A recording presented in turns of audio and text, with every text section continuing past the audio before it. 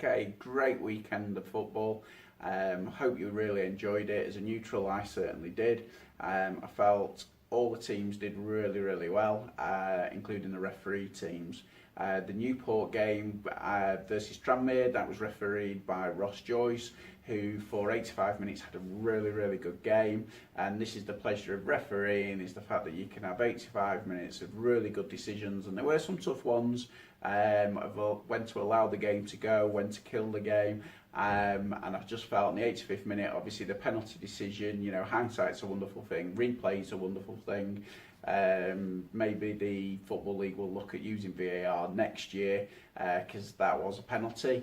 I don't think the player helped him. I think the player exaggerated his fall, his dive, however you want to put it, that what it was. He was caught. It wasn't a dive, but I felt his exaggeration and his movements put doubt in Ross's mind to give that penalty.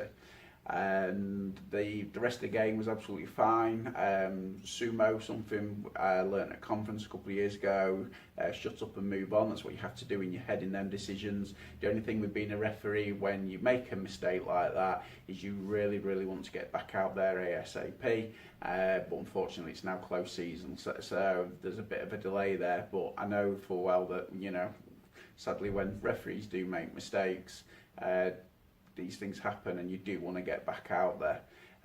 The game on Sunday, which was refereed by Andy Madley, which was the Charlton-Sunderland game, the Charlton defender passed the ball into his own net. The keeper had moved over slightly, and that's the thing you see in coaching. Coaching terms, when you're passing that ball back, go to the left and right of the goal, don't go to the centre of the goal, just in case of those types of mistakes. So there's a mistake as well. So you had Ross Joyce on the Saturday, and then you had the defender on the Sunday. But did you notice the assistant referee and how switched on he was as soon as that ball went back, how he got back to that corner flag so that he could see across? Even with goal line technology, the assistant was still working hard to make sure he could see whether the ball was on or over the line, just in case. So really good decision by the assistant and really good hard work. Andy Madley, he had a great game. He should be Premiership now. I'd like to think that we'll hear very soon that he's been promoted to Select Group 1. His movement, his dynamic sprints, and he changed up that speed quite a few times that he was jogging with as the build-up, and as soon as the ball was sent diagonally, whether it was Sunderland or Charlton, he was off, he was on his toes, he was keeping his view so he could keep his assistant, could keep players in view. He came round play, but one of the things he did really well was he got actually into the box. We got a good 5-6 yards into the box. He even come round out wide of the box as well, so he could see his assistant opposite him, so he was always side on to decisions, and he was always giving good credible decisions, and that came from hard work, and that's what you've got to do. It's that extra 5 yards in refereeing is so key, and Andy Madley proved that at weekend with a really good performance. And then moving to the big one, the £170 million one, that was refereed by Paul Tierney. The game itself lived up to everything that everybody expected, and was a really good game. Now, if you actually watch Paul Tierney is, for me, still an up-and-coming referee, but I think he really showed on Sunday how good he can be. So when the game's really important, it's amazing how much referees do increase their work rate and stuff.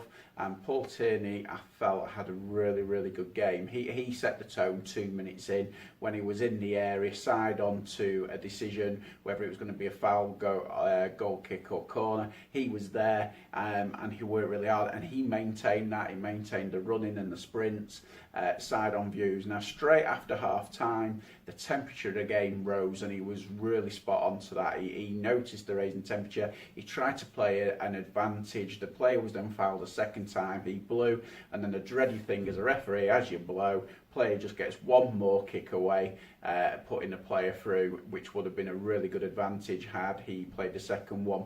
But there's no issues with that. He came back, he played the free kick, yellow card was administered, and he was absolutely spot on doing that as well. So So, you know, yes, it'd have been nice to have seen an advantage to potential goal, but also at the same time, as the temperature of the game had rose, he was aware of it, and for the next 10-15 minutes he killed that game. He made sure that he knew he wanted everyone back playing football, and thankfully they did. Both teams did. Villa and Derby went back to playing football, and we got the exciting game that we got all the way until the final whistle. And Paul Tierney had to continue that work rate, and he was getting into the box, he was getting wide. Really, really good, really impressed, and I hope everybody else was really impressed with the performances this weekend, because out of 3 matches and way over 600 decisions, there was only one contentious decision all weekend. So refereeing terms was a really, really good weekend. If you were promoted, then huge congratulations. If you didn't quite get there, I'm sure you're going to come back bigger and better than ever before, so thank you.